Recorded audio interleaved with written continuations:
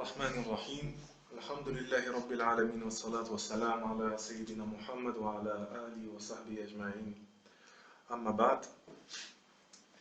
Alors comme convenu pour le deuxième cours, on va faire un texte, on va analyser un texte aujourd'hui. On le fera en deux cours, là j'ai déjà posté la moitié. Le prochain cours on verra la suite du texte sur un autre tableau, Inch'Allah, donc avec encore d'autres nouveaux mots, etc.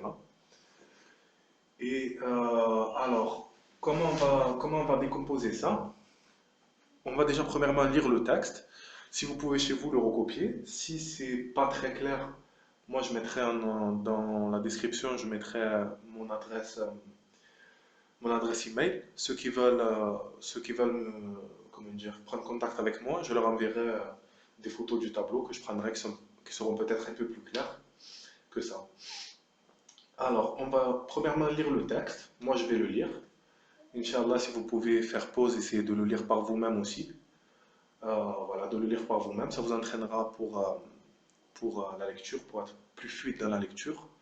Pour ça, il n'y a pas de secret. Une fois que vous connaissez les lettres, que vous savez lire, pour s'améliorer la lecture, il y a juste besoin de lire souvent, de s'entraîner, de s'entraîner.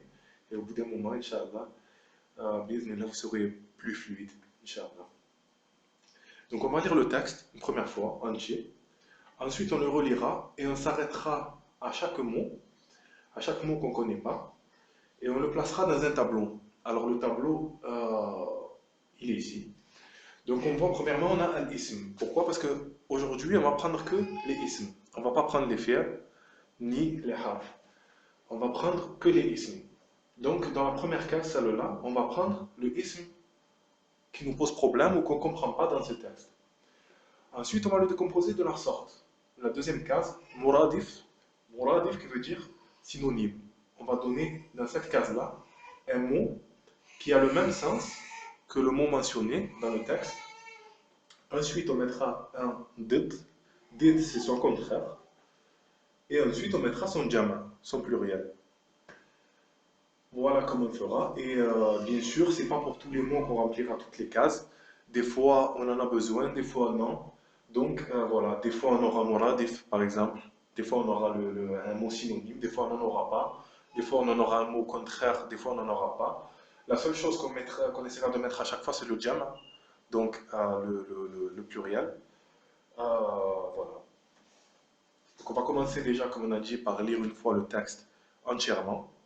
Moi je vais le faire de mon côté, et ceux qui peuvent mettre pause, Inch'Allah, et le lisent d'eux-mêmes pour s'entraîner justement à la lecture.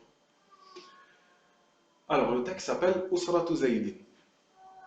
Ana Zaydun, amali ustazun, balagtu min umri 24 sanatan, asli min al-Maghrib wa jinsiyati faransiyun, li thalathatu ikhwatin, ukhtun wa akhawani. مجيد أخي الكبير هو طبيب وإبراهيم أخي الأصغر هو طالب. Voilà le texte. Donc encore une fois, je vous redemande de lire, c'est pour vous, pour s'améliorer la lecture. Plus vous lirez, plus vous serez fluide, Inch'Allah. Voilà. Et de le recopier également, de le recopier dans vos cahiers. Maintenant, on va reprendre le texte, comme on a dit, en le décomposant mot par mot. Inch'Allah. Alors, premier mot, je vais l'oublier en plus. J'ai oublié de le mettre dans le tableau. On va le mettre de suite. Usratu Zaydin, c'est le nom du texte. Al-Usra, qu'est-ce que c'est? Je vous le mets tout en bas. Comme je vous ai dit, j'ai oublié de le mettre. Usratun. Usratun, qu'est-ce que ça veut dire? Usratun. Dans la colonne des muradifs, des synonymes, on peut en mettre un autre que peut-être beaucoup d'entre vous connaissent. Les gens du Maghreb doivent le connaître. A'ila. Usratun, qu'est-ce que ça veut dire? En arabe, ça veut dire A'ilatun. Ces deux mots ont le même sens. C'est la famille. La famille de qui? La famille de Zayd. Zayd, le nom Zayd. Voilà ce que veut dire Usratu Zaydin. Usratu Zaydin. Et le jama, donc le pluriel de Usratun, Usarun. Donc, notre texte d'aujourd'hui a pour titre la famille de Zayd. On va parler aujourd'hui de la famille de Zayd. Ana Zaydun.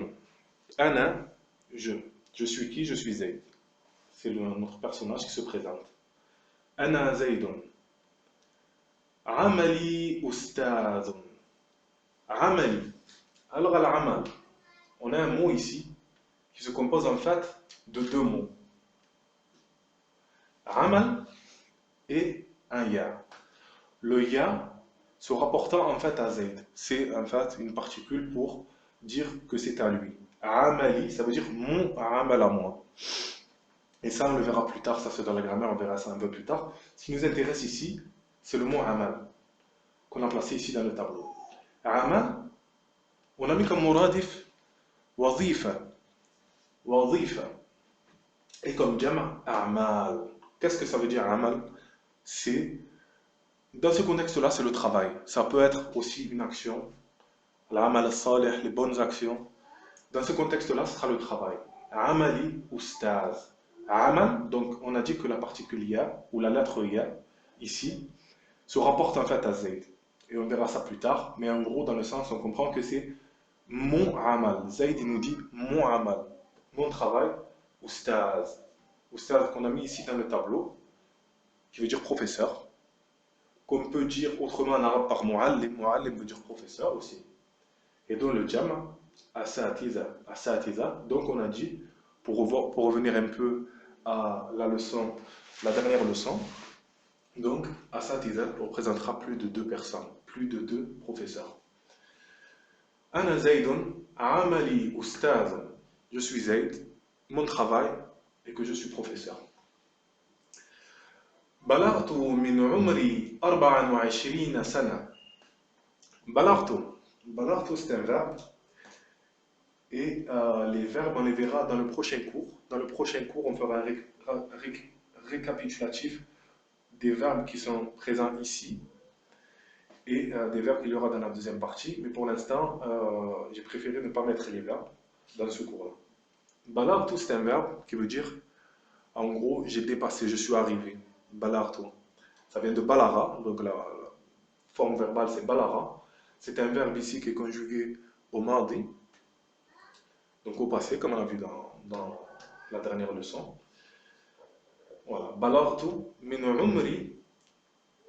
Balartu min umri. Al-umr, on l'a placé ici. Al-umr, qu'est-ce qu'il veut dire? Il veut dire as-sin. Et son jama, amar. Qu'est-ce qu'il veut dire? Il veut dire l'âge. Voilà ce que ça veut dire umr. Balartu min umri, ça veut dire je suis arrivé à mon âge, j'ai dépassé de mon âge 24 sana. 24, 24. On verra les chiffres plus tard, mais voilà. 24, 4 qui veut dire 4, 20 qui veut dire 20. Donc, j'ai dépassé, si on pourrait dire comme ça, j'ai dépassé 24 ans de mon âge. Sana voulant dire l'année. J'ai dépassé 24 années. En gros, en français, on dirait j'ai 24 ans, mais en arabe, on le dit sous cette forme-là. Asli min al-Maghrib. Ici, on retrouve la même chose que dans Amali, c'est-à-dire que le mot Asli, il est composé en vrai de deux mots. De Asl et du Ya, donc qui revient encore une fois à Zayd. Asli, qui veut dire mon Asl, qui veut dire mon Asl, qui revient à Ana, qui revient à Zayd. Al-Asl, qu'est-ce que c'est? Al-Asl, on pourrait traduire ici par les origines. On pourrait traduire ici par les origines, mais c'est un peu plus général, dans le sens qu'on dirait peut-être mes piliers, mes racines. Voilà, par exemple, si comment dire, on représenterait un arbre, par exemple, ça serait l'asl. L'asl, ça serait le tronc, ça serait les racines.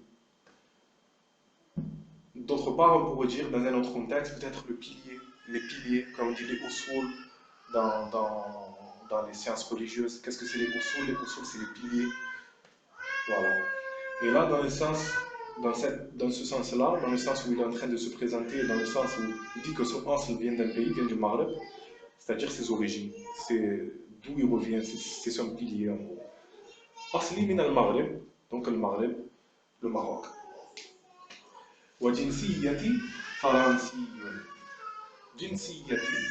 Encore une fois, on a le même cas avec notre ya qui ne fait pas partie du mot, qui est un mot séparé pour revenir à ana, pour revenir à zay.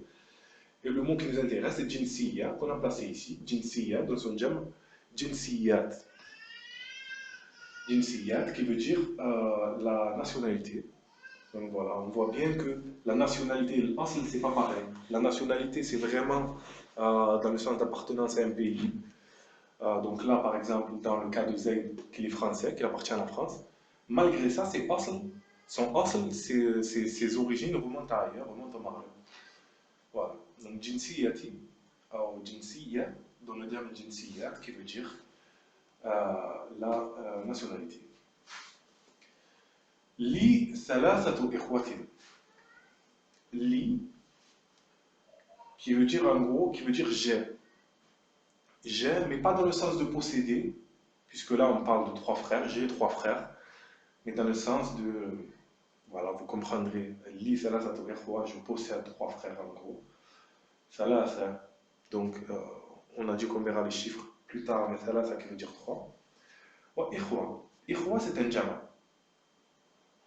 Donc on va le prendre un peu à l'envers par rapport aux autres. On va mettre ici son mufrad, comme on avait dit, al-mufrad, qui est pour une personne, le jam, plus de deux. Son mufrad est akh, akhun.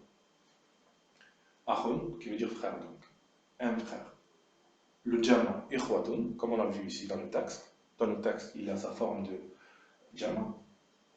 Et on a mis ici son dit, donc son contraire, en mettant urt. Urt, qu'on verra plus tard dans le texte, mais qu'on peut voir à partir d'ici en tant que contraire de akh, urt, et dont le jam est akhawat. Urt, akhawat. Donc le frère akh, la sœur urt, et les jam qui sont ikhwa pour un homme et akhawat pour les femmes. Li thalathatu ikhwa. J'ai trois frères. À savoir que je pense qu'en français c'est la même chose, mais en arabe, quand le masculin et le féminin sont mélangés en fait dans un même ism en fait, comme par exemple là, il a trois frères, mais est-ce qu'il a que des frères que des hommes? Non, c'est mélangé, il y a des hommes et des femmes. Dans ces cas-là, je pense qu'en français c'est pareil, c'est le masculin qui l'emporte, c'est-à-dire qu'on dit li thalathatu ikhwatin et pas li thalatha akhawat par exemple. On dira ikhwa, pourquoi? Parce que le masculin l'emporte sur le féminin. Donc il nous explique qu'il a trois frères. Urtun wa akhawan. Urt, il a une sœur. Wa akhawan. Akhawan, qui est quoi? Qui est en fin de compte un musanna. Comme on avait vu, al-mufrad pour une personne, al-musanna pour deux, et pour plus que deux, al-jama. Akhawan est le musanna de akh, c'est-à-dire deux frères.